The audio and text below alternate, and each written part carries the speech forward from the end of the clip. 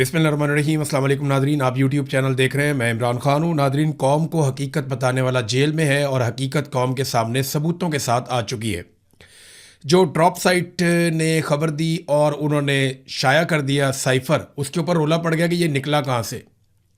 कुछ लोगों ने कहा कि जी पाकिस्तान तहरीक इंसाफ के पास जो था इमरान खान साहब के पास, ये उसकी कोई कॉपी है। कुछ ने कहा जी कि किसी और ने ये कर दिया है।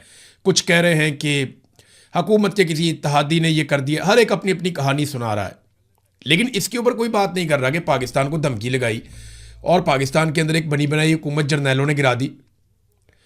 देखिए, इमरान खान ने एक बड़ा बुनियादी नुक्ता पूछा था और वो ये पूछा था कि साइफर में अमेरिका मुखातिब किसे कर रहा था। यानी अमेरिका ने यह कहा कि इमरान खान साहब की हुकूमत गिरनी चाहिए और अगर उनकी हुकूमत गिर जाती है तो सारा कुछ ठीक हो जाएगा, नहीं गिरती तो तुम्हारे लिए हालात सख्त हो जाएंगे। वो क्या कहा मैं ये आपको बताता हूं। जो पाकिस्तानी सफीर थे उन्होंने जो लिख कर भेजा वो ये है। He said that I think if the no confidence vote against the prime minister succeeds all will be forgiven in Washington because the Russia visit is being looked at as a decision by the Prime Minister। वो कह रहे जी कि अगर तो no confidence move कामयाब हो जाती है, वोट इमरान खान के खिलाफ कामयाब हो जाता है, तो फिर वाशिंगटन में सारा कुछ आपको माफ़ कर दिया जाएगा। क्योंकि जो रूस का दौरा है इमरान खान साहब का, उसे यूं देखा जाता है कि जैसे वो इमरान खान का या प्राइम मिनिस्टर का फैसला था। Otherwise I think it will be tough going ahead. वरना मैं ये देखता हूँ कि आगे बहुत मुश्किलात आ रही हैं, आगे बढ़ना बहुत मुश्किल है आपके लिए। He paused and then said, वो थोड़ी देर रुका और दोबारा उसने कहा कि I can not tell how this will be seen by Europe but I suspect their reaction will be similar. वो कहते मैं नहीं कह सकता अभी कि यूरोप इसके बारे में क्या कहेगा, लेकिन मुझे लगता है कि उनका रद्द-ए-अमल भी मुख्तलिफ नहीं होगा, ऐसा ही होगा। He then said that honestly I think isolation of the prime minister will become very strong from Europe and the United States। और उसने फिर ये कहा बाद में कि मैं ईमानदारी के साथ ये बताऊं कि वजीर आज़म बहुत ज़्यादा, यानी उनकी मुखालफत बढ़ जाएगी, उनकी आइसोलेशन, उनका अकेलापन बहुत ज़्यादा बढ़ जाएगा यूरोप में भी और अमेरिका में भी। फिर उसने बाद में ये भी कहा कि ये वज़ीर आज़म का डिसीजन था और हमें ये लगता है कि चाइना में जब वो उसमें ओलंपिक्स में गए थे तो वहाँ पे रूसी सदर से मिलना चाहते थे, बाद में उन्होंने फैसला किया कि रूस जाके मिल लेते हैं। तो ये कहानी भी, और ये कहानी किसने सुनाई? अमेरिकन को ये कौन बता रहा था कि इमरान खान अपनी मर्जी से रूस जाना चाहता है? हालांकि इमरान खान ने कहा कि जनरल बाजवा से और इनसे मुशावरत की थी। ये वो 2 नंबरी है जो पाकिस्तान के जर्नैलों ने इमरान खान साहब के साथ की। इमरान खान को कहते रहे कि आप आज़ादाना और खुद मुख्तार पॉलिसी के ऊपर चलें, और अमेरिका को कहते रहे देखें ये बंदा बात ही नहीं सुनता और ये आपके मफादात के खिलाफ है, लिहाजा इसको गिराने के लिए आप हुक्म जारी करें ताकि हम पूरी फौज को साथ लेकर चढ़ जाएं और इमरान खान की हुकूमत गिरा दें। इस साइफर में जो मुखातिब था वो पाकिस्तान की मिलिट्री एस्टेब्लिशमेंट थी, जिनको ये हुक्म दिया गया और बाद में उन्होंने हुकूमत गिरा दी। इसकी गवाही जो है वो आज शाहिद खाकान अब्बासी से आप पूछ लें, फजलुर रहमान से पूछ लें, मोहम्मद ज़ुबैर से पूछ लें, मिफ्ता इस्माइल से पूछ लें, MQM के लोग भी दबे लफ्ज़ों में बताते हैं, PMLN के बहुत सारे लोग बताते हैं कि इमरान खान की हुकूमत जो है वो पाकिस्तान की मिलिट्री एस्टेब्लिशमेंट ने गिराई थी। और इमरान खान ने जो एब्सोल्युटली नॉट का एक बयानिया अपनाया था, उस बयानिए पे PMLN क्या कहती थी, जरा ये भी आप थोड़ा सुने। हमजा शहबाज जो वजीर आज़म का बेटा है वो क्या कहता था, ये सुने आप। ये आदमी बहुत हवासी में अनाप शनाप कहता है, यूरोपियन यूनियन को ललकारता है, किसी को एब्सोल्युटली नॉट कहता है, ये अपना ज़हनी तवाज़ुन खो बैठा है। देखें, वो कह रहे हैं जी एब्सोल्युटली नॉट कहना या यूरोपीय यूनियन को ये कहना कि हम कोई गुलाम नहीं है, वो उन्हें बहुत बुरा लग रहा था। ख्वाजा आसिफ ने क्या कहा, जरा ये भी आप सुन लें, जो वजीर दिफा बनाए गए बार बार अभी भी हैं, सुने आप। इसमें कोई शक शुबा नहीं है कि इस वक्त तक अमेरिका जो है एक ऐसी वाहिद ताकत है जो हमारे लिए बहुत सी मुआशी मुश्किलात जो है क्रिएट कर सकती है। अमेरिका जो है अगर जो है वो चाहे तो इस वक्त पाकिस्तान के लिए इतनी माशी जो है डिफिकल्टीज क्रिएट कर सकता है कि मैं समझता हूँ कि हो सकता है हम जो हमारा ऑयल बिल जो है अदा करने के लिए हमारे पास पैसे न रहे। ये सारे वेंटिलेटर जो है ना, ये लगे हुए हैं अमेरिका की मर्जी से लगे हुए हैं। अमेरिका चाहे तो ये सारे के सारे जो हमें जो इस वक्त ड्रिप्स लगी हुई हैं या वेंटिलेटर लगे हुए हैं, सारे के सारे ऑफ हो जाते हैं। लेकिन ये ख्वाजा आसिफ है, ख्वाजा आसिफ के साथ ख्वाजा साद रफीक, एहसन इकबाल और शाहिद खाकान अब्बासी, ये लोग भी खड़े हैं, ये कह रहे जी अमेरिका ने वेंटिलेटर लगाए हुए हैं, वो जब चाहेगा खींच लेगा, हम फारिग हो जाएंगे। मैं आज उन दिनों के अखबारात निकाल कर पढ़ रहा था, और बीबीसी को देखें आप, जो पाकिस्तान के दीगर अखबारात हैं आप उनको निकाल कर देखें, तो कैसे माहौल बनाया गया इमरान खान साहब की हुकूमत गिराने का। अदलिया इसके अंदर इस्तेमाल हुई, एस्टेब्लिशमेंट ने सबको इस्तेमाल किया, सियासतदानों को इस्तेमाल किया, अदलिया को इस्तेमाल किया, मीडिया को इस्तेमाल किया, सिक्योरिटी फोर्सेस को इस्तेमाल किया, इंतज़ामिया को और ब्यूरोक्रेसी को इस्तेमाल किया, और तमाम टूल्स इकट्ठे करके पाकिस्तान के जर्नैलों ने इमरान खान साहब की हुकूमत गिरा दी थी, और आज ये चीज़ साबित हो गई है। अच्छा, वो जो सोच कर गिरा रहे थे उसमें से कुछ भी नहीं हुआ। ना जनरल बाजवा को एक्सटेंशन मिली, नदीम अंजुम कहाँ गया, वो भी नौकरी से फारिग हो गया। यानी रिटायरमेंट तो नदीम अंजुम की लेट हुई लेकिन हो गई ना। नदीम अंजुम भी गया, जनरल बाजवा भी गया, जनरल फैज़ जो है वो जेल के अंदर है, तो किसी को कुछ नहीं मिला। इमरान खान साहब जेल में है लेकिन पाकिस्तान के सबसे मकबूल लीडर हैं। आज का दिन बहुत इंपॉर्टेंट है। इससे पहले कि साइफर की कहानी में आगे आपको सुनाऊं जो नई डेवलपमेंट है, लेकिन उससे पहले मैं आपको बताता हूं कि इमरान खान साहब से आज मुलाकात का दिन है, मंगल का, और आज के दिन के लिए डेडलाइन दी थी सुहेल अफरीदी ने, और ये उनकी अपनी पर्सनल उन्होंने डेडलाइन दी हुई थी कि हम बड़ा सख्त मौक़िफ़ लेंगे अगर अगले हफ्ते मंगल वाले दिन इमरान खान साहब की उनकी फैमिली से मुलाकात ना करवाई गई या उन्हें अस्पताल मुंतकिल ना किया गया इलाज के लिए। इसी तरह एक डेडलाइन दी थी महमूद खान अचकज़ई ने, और उस डेडलाइन का दिन भी आज मंगल के दिन तक है।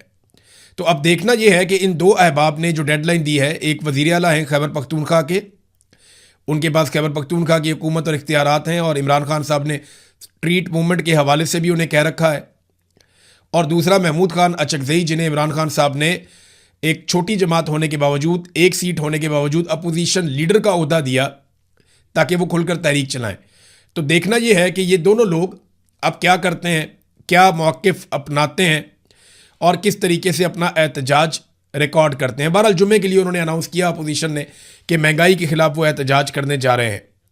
महंगाई के ख़िलाफ़ बहुत लेट, बहुत देर से ये एहतजाज करने जा रहे हैं। इन्हें बहुत पहले अवाम के साथ खड़े होना चाहिए था, लेकिन चले देर आए दुरुस्त आए, देखते हैं कितना तगड़ा एहतजाज ये महंगाई के हवाले से कर सकते हैं। तो पाकिस्तानियों को सबको निकल के ना किसी पॉलिटिकल पार्टी की तरफ देखे बगैर इस अंधाधुंध किस्म की महंगाई के ख़िलाफ़ आवाज़ उठानी चाहिए।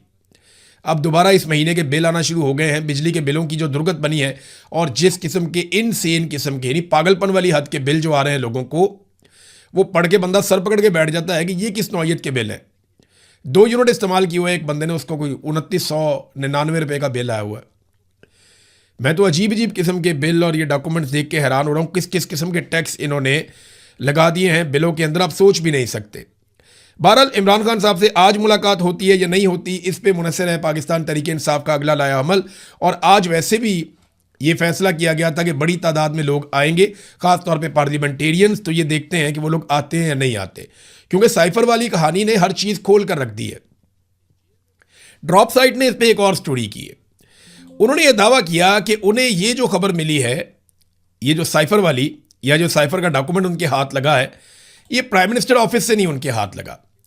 उनका ये दावा है कि ये डॉक्यूमेंट उनके हाथ लगा है जो मिलिट्री को दिए गए थे डॉक्यूमेंट्स, उनमें से एक। यानी साइफर को किसने लीक किया, ये सवाल पूछा जा रहा है ना। तो फौजियों में से किसी एक फौजी ने लीक किया, ये अब इसके अंदर बताया जा रहा है। मौजूदा रजीम के हामियों की जानिब से इमरान खान पर गद्दारी का मुकदमा करने के मुतालबात के बाद ड्रॉप साइट का एक और बड़ा इंकशाफ सामने आया है। साइफर के आखिर में जो मौसूल कनिंदगान की फहरिस्त के साथ की गई तरमीम इंतहाई अहमियत की हामिल है, और ये कहाँ से लीक हुई इससे आइडिया हो जाता है, और दूसरी ये इसका ज़रिया कौन था और कौन नहीं था ये भी इससे पता चलता है। बाज़ के आसराइयों के बरक्स ड्रॉप साइट की जानिब से जारी करदा कॉपी वज़ीर आज़म के दफ्तर से हासिल नहीं की गई, ये पाकिस्तानी फ़ौज के अंदर से आई थी, एक ऐसे शख्स की तरफ से जो मुल्क की क़यादत की सिमत से मायूस होकर और बदज़न हो चुका है। अच्छा, ये कई लोगों को भेजी गई थी ये कॉपी। जिन लोगों के पास थी उनमें से एक फ़ौजी ज़रिए ने, अब ये दावा किया जा रहा है, ये ड्रॉप साइट को पहुंचाई है, और उन्होंने फिर उसके बाद उसको छाप दिया है। मौसूल कुनिंदा जो है वो एक फ़ौजी था जिसने मायूस होकर, उसको लगा कि पाकिस्तान का तो बेड़े गर्क कर दिया इन्होंने साइफर के बाद, तो उसने ये बाहर निकाल दिया। अब ये कौन हो सकता है, अपना अपना ज़हन आप सारे लोग लड़ाएं, क्योंकि इसके बारे में ड्रॉप साइट ने बताया भी नहीं और मेरे ख्याल में बताएगा भी नहीं। बताना भी नहीं चाहिए, अपना सोर्स कभी भी डिस्क्लोज नहीं करना चाहिए।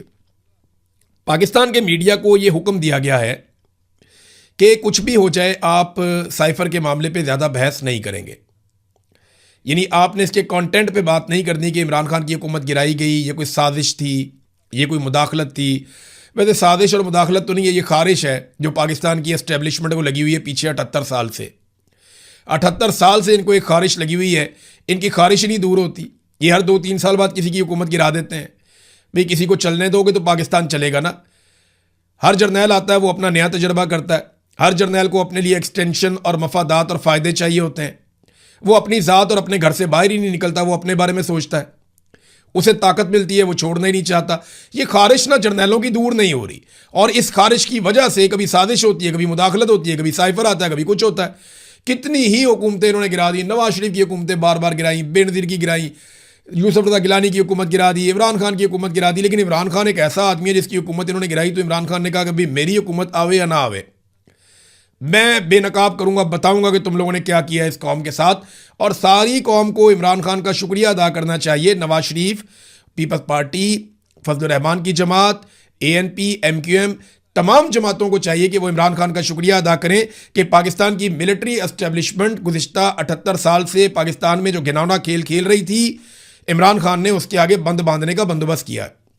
अगर ये जमातें सिर्फ 5% भी मेहनत करना जितनी इमरान खान ने काम कर दिया है, तो मिलिट्री एस्टेब्लिशमेंट हमेशा के लिए पिंजरे में बंद हो जाएगी और ये सिर्फ हुक्म बजा लाया करेंगे।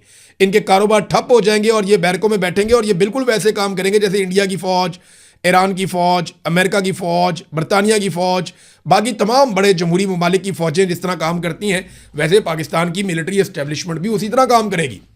आर्मी चीफ का नाम भी कौम को नहीं पता हुआ करेगा और वही पाकिस्तान के आगे बढ़ने वाला दिन होगा। अब नाज़रीन, मीडिया को तो ऑर्डर दे दिया गया कि साइफर पे बात नहीं करनी, बात करनी है तो ये बात करो, ये साइफर निकला कैसे, रोला इसके ऊपर डाल दिया और कईयों की ड्यूटी लगा दी कि ये साबित करो कि साइफर में तो कुछ भी नहीं है, इमरान खान ने तो कोई और बात की थी, यहाँ बात कोई और है। नहीं, मैंने आपको पढ़ के सुनाया जो इमरान खान ने कहा वो आज साबित हो रहा है। कोई भी इसके मवाद के ऊपर गौर नहीं कर रहा। जो टाउट सहाफ़ी हैं उनके पेट में मरोड़ उठ रहे हैं और वो परेशान है कि जनाब ये साइफर बाहर कहाँ से आ गया। कोई एक कहानी सुना रहा है, कोई इधर की कौड़ी लेकर आ रहा है, किसी को समझ नहीं आ रही कि इस मामले को अब जस्टिफाई कैसे करना है।